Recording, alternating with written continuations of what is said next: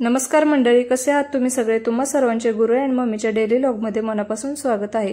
तर आज ना मी इडली बनवत आहे आणि आजकाल ना इडलीचे व्हिडिओ एवढे व्हायरल होत आहेत ना, ज्यामध्ये बिचाऱ्या बायकांना आदल्या दिवशीपासून म्हणजे इडलीचे प्रिपरेशन करत असतात आणि दुसऱ्या दिवशी देखील म्हणजे राबून सगळं झाल्यानंतर निवांतपणे इडली खायला बसायचं म्हटलं की मग नवऱ्यांचं काहीतरी चालूच असतं की मला काही इडली नको, माझ्यासाठी भाजी भाकरी बनव वगैरे। असे व्हिडिओ ना एवढे जास्त म्हणजे युट्यूबला किंवा इन्स्टाला कुठे गेलं तरी पाहायला भेटतात आणि अशा व्हिडिओवर ना एवढे सारे कमेंट्सचा वर्षाव असतो ना की ते पाहून वाटतं की अरे ही तर फक्त आपलीच समस्या नाही, ही जगातील तर सगळ्याच बायकांची समस्या आहे।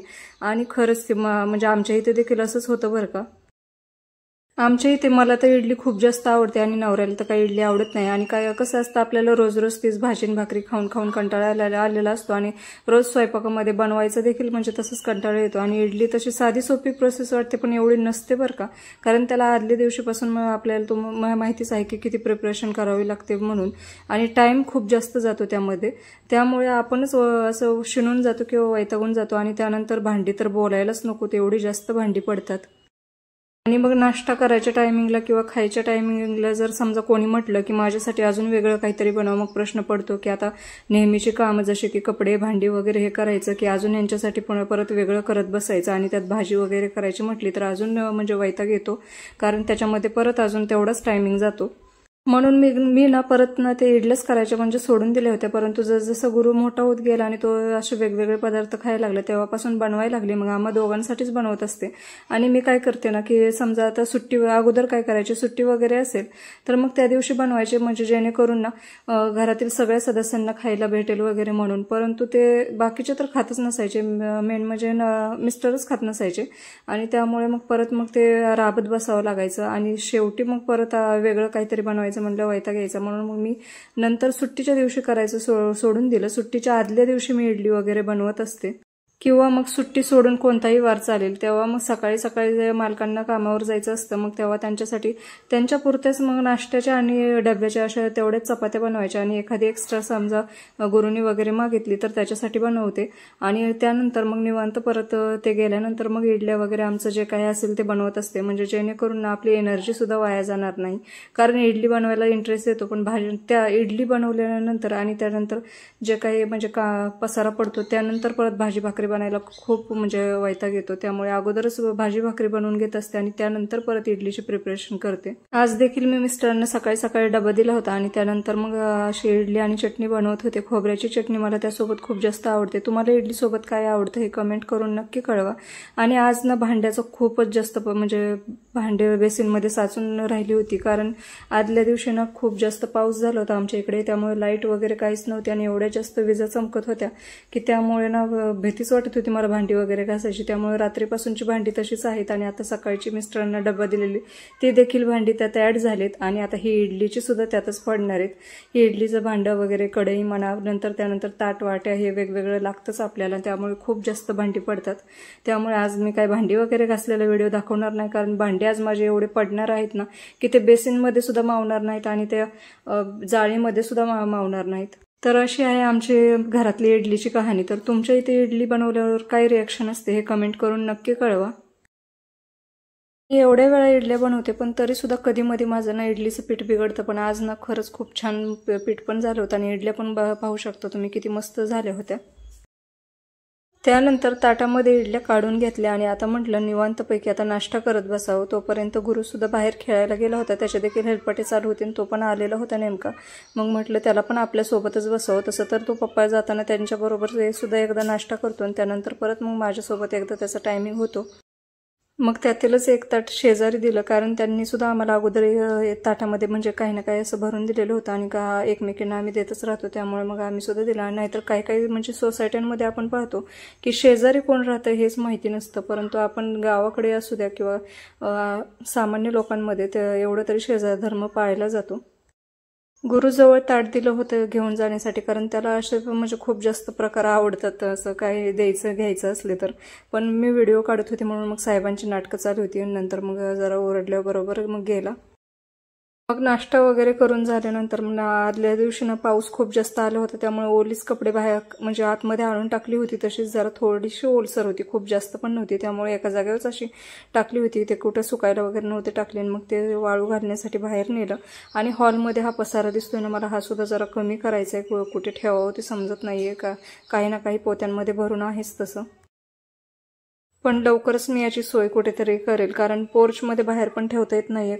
ग्रिल असल्यामुळे ना पावसाचे थेंब तिथून येतातच. वारा जास्त सुटलं की बरोबर पाऊस दरवाजापर्यंत येतो, त्यामुळे ते बाहेर सुद्धा ठेवता येत नाही, आतमध्येच ठेवावं लागतं. आणि हे बघा, बाहेर सगळीकडे ना पाणीच पाणी झालं. एवढा जास्त पाऊस आमच्या इथे झाला होता. तुमच्या इकडे पाऊस आहे का?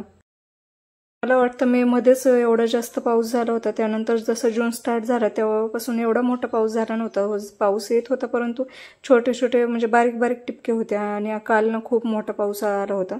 विजा सुद्धा आमच्या इकडे खूप जास्त म्हणजे चमकत होत्या. मला त्यामुळे ना मोबाईलच हातात घ्यायची भीती वाटते. तशा टायमिंगमध्ये मी मोबाईल लांब ठेवून देत असते किंवा स्विच ऑफ करून ठेवत असते.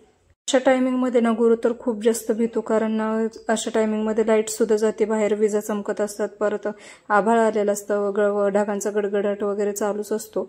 आणि तेव्हा मग तो खूप जास्त भीतो. आणि त्यात माझं काही ना काही स्वयंपाक वगैरे संध्याकाळच्या टायमिंगला चालू असतं. मग त्याला मी किचन कट्ट्यावर बसवते, तर खूप जास्त भीतो. त्यामुळे मग मी त्याला नादवत असते की अरे काही नाही, ते तर डीजे वगैरे वाजतोय वगैरे म्हणून, कारण डीजेचा कसा फोकस वगैरे पडतो तसं. मग तो विचारतो की मम्मी हे काय होतंय, काय वाजतंय वगैरे. मग मी त्याला सांगत असते की अरे वरून जय बाप्पा आहे ना, तो डीजे वाजवतोय, किंवा मग डीजेचा जसा फोकस पडतो ना तसे मग ते विजा चमकतात, त्याचा फोकस पडतो, असं नादवत असते. मग तो जरा म्हणजे विसरून जातो आणि थोडंसं म्हणजे खेळायला सुरुवात करतो, किंवा मनामधली त्याची भीती कमी होती. परंतु काल एवढा जास्त म्हणजे विजा चमकत होत्या, गडगडाट होत होता ना, की त्याच्यापेक्षा जास्त तर मीच भीत होते असं मला वाटत होतं. माझे हातपाय सुद्धा थरथर कापत होते स्वयंपाक करताना. एवढं जास्त आमच्या इकडे वादळ सुटलेलं होतं. तुम्हाला ना या व्हिडिओमध्ये किंवा आपले इतर जर काही व्हिडिओ पाहिले तुम्ही, तर तुम्हाला दिसत असेल की आमच्या आजूबाजूला पूर्णपणे शेती वगैरे आहे, की असं खेडेगाव असल्यासारखं आहे. परंतु हे खेडेगाव ना पुण्यापासून खूपच जवळ आहे. त्यामुळे ना आम्हाला गाव आणि शहर या दोन्हींचा मस्तपैकी आनंद घेता येतो. आणि मला ना शॉर्ट व्हिडिओमध्ये 1-2 ताईंनी विचारलं पण होतं की ताई तुम्ही कुठे राहता, तर आम्ही पुण्यात वाघोलीजवळ राहतो. वाघोलीजवळच हे छोटंसं खेडेगाव आहे, तिथे आम्ही राहतो. त्यामुळे मग आम्हाला मस्तपैकी असं गावाचा पण आनंद घेता येतो. आणि कधी फिरायला वगैरे जायचं म्हटलं तर मग आम्ही पुण्यात फिरायला येतो. तुम्हाला गाव आवडतं का शहर आवडतं नेमकं? कारण मला तर ना गावच खूप जास्त आवडतं. म्हणजे डेली जीवन जे आपलं असेल, डेली रुटीन, हे मला असं शांत वातावरणातच आवडतं. गावाकडचं शांत वातावरण आवडतं. कधीतरी मग आपण रोज रोज तर कुठे फिरायला जात नाही ना, आपण फक्त आठवड्यातून म्हणा किंवा महिन्यातून एकदा कुठेतरी फिरायला जात असतो. मग त्या टायमिंगला तर आपल्याला जाताच येते ना शहरात. मग त्यामुळे मला हे गावच खूप जास्त आवडतं. बरेच जण आमचे म्हणजे रिलेटिव्स वगैरे काही जण म्हणायचे की अरे तुम्ही किती आउटसाईडला आलायत वगैरे, कारण त्यांना शहर म्हणजे किंवा पुणे म्हणजे असं एखादा गजबजलेला एरिया किंवा ट्रॅफिक असलेला दाट लोकवस्तीचा एरिया असंच वाटायचं. परंतु जसे ते आमच्या इथे येतील किंवा काही एक जण असतील तर हे एकदम शांत वातावरण पाहून आवडायचं देखील. आणि काहींना वाटायचं की किती आउटसाईडला वगैरे आले, तिथे कशाची सोय नाही, काय नाही. परंतु मला ना असंच वातावरण खूप जास्त आवडतं, कारण जरी काही आपल्याला हवं असेल तर आपण शहरात जाऊन घेऊ शकतो तसं. सकाळी उठलं की डोळ्यांना असं निसर्गरम्य वातावरण दिसतं, हे सगळीकडे हिरवगार दिसतं, त्यामुळे अजूनच भारी वाटतं. आणि त्यात समजा आपल्याला काही ना काही घरातलं वगैरे घर खर्च देखील भागवायला येतो. म्हणजेच घरासमोर जी मोकळी जागा आहे ना त्याचा देखील वापर करता येतो. आणि इथे तुझी जी बकेट दिसत असेल ना त्याबद्दल प्लीज कमेंट करू नका, कारण बोरच्या पाण्याने आणि त्यामध्ये आम्ही हीटर देखील लावायचो पाणी गरम करण्यासाठी, त्यामुळे ती खूप जास्त पांढरी झाली आहे. आतून सुद्धा तुम्ही पाहू शकता. त्यामुळे मला तर हे डाग कसे काढावते समजतच नाही आणि निघत सुद्धा नाहीयेत. ते किती जरी साबणने घासू द्या, ब्रशने घासू द्या, ते काही निघायचं नाव घेत नाहीत. असो, आता मेन पॉईंट म्हणजे गाव की शहर यापेक्षा मग गावच खूप बेटर वाटतं. आणि कालची न्यूज जर तुम्ही सर्वांनी ऐकलीच असेल ते अहमदाबाद प्लेन क्रॅशची, त्यावरून तर वाटतं की आपण सामान्य नागरिक किंवा सामान्य लोकच खूप बरे. कारण विमानात बसणे तर दूर, मी विमान असं जवळून पाहिलं देखील नाहीये, खालूनच फक्त ते वर उडताना वगैरे पाहिलं आहे. त्यामुळे अशा घटनांशी आपला तर काही संबंध येत नाही. परंतु काल जे कुटुंब एक्सपायर वगैरे झाले आणि तसेच जे हॉस्टेलमधले विद्यार्थी बिचारे जेवण करताना देखील त्यांच्यावर म्हणजे काय ओढवलं हे आठवूनच म्हणजे खूप जास्त असं हृदय पिळवटून निघतो म्हणतो ना, त्याप्रमाणे होतंय. अशीच एक घटना ना आमच्या इकडे देखील गावाकडे झाली होती की ज्यात एक फॅमिली पूर्णपणे म्हणजे नदीत बुडाली होती। ती नदीतून प्रवास करत दुसऱ्या गावी चालली होती, काहीतरी कार्यक्रम होता बहुतेक त्यांचा, आणि नवरा बायको आणि त्यांची छोटी छोटी 2 मुले होती। एक 1.5 वर्षाचं बाळ होतं आणि मुलगी मला वाटतं 3 ते 4 वर्षाची असेल, परंतु ते सर्वच म्हणजे नदीत बुडाले होते आणि लहान बाळांमुळे तर खूप जास्त वाईट वाटायचं।